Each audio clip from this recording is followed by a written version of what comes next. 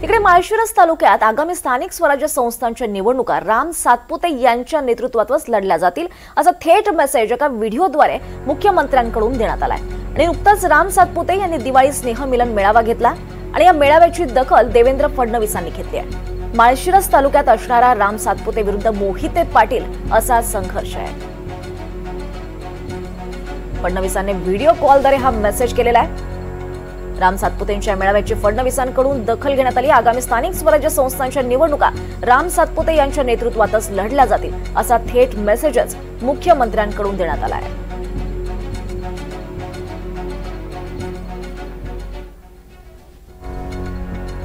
माळशिरस तालुक्यातील भाजपा महायुतीचे सर्व पदाधिकारी आणि कार्यकर्ते दिवाळी स्नेहमिलनाच्या निमित्ताने एकत्रित आले ही अतिशय आनंदाची बाब आहे।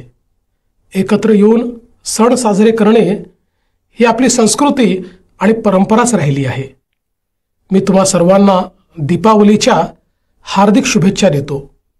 विधानसभा आणि लोकसभा निवडणुकीत आपण सर्वांनी प्रचंड परिश्रम केले, पाय रोवून इथला कार्यकर्ता लढला याचा मला नेहमीच अभिमान आहे आणि राहील। निवडणुकीत कधी यश तर कधी अपयश येत असतं, पण आपला विचार टिकला पाहिजे आणि त्यासाठीच लढले पाहिजे। तुम्ही सगळे विचारांसाठी लढला आणि विचारांनी जिंकला सुद्धा।